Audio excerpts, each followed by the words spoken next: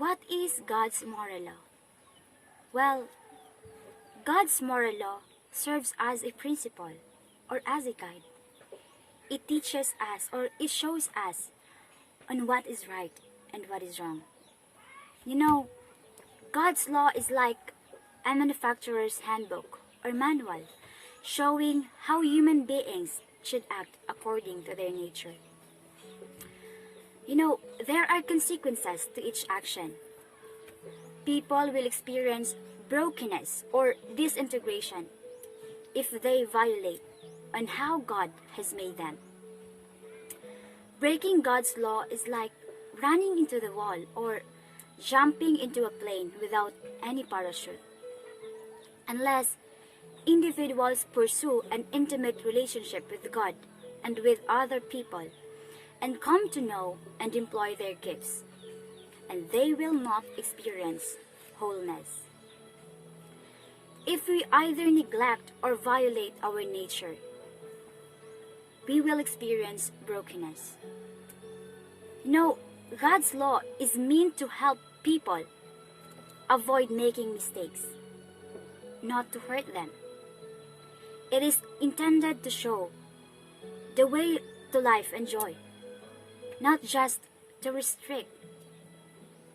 However, the moral laws such as the Ten Commandments are normally held to fully in effect now. Jesus said that to neglect even the least of the Ten Commandments has a serious consequences. You know, the law must be taught with love and intimacy.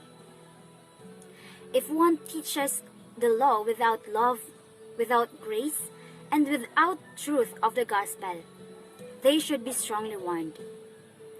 The law defines the way of love and should never contradict in theories and in practice. God's moral law. This relates to justice and judgment. They are based on God's moral law or God's own holy nature. As such, this ordinates our holy, just, and unchanging. Moral laws encompass regulations on justice, respect, and sexual conduct.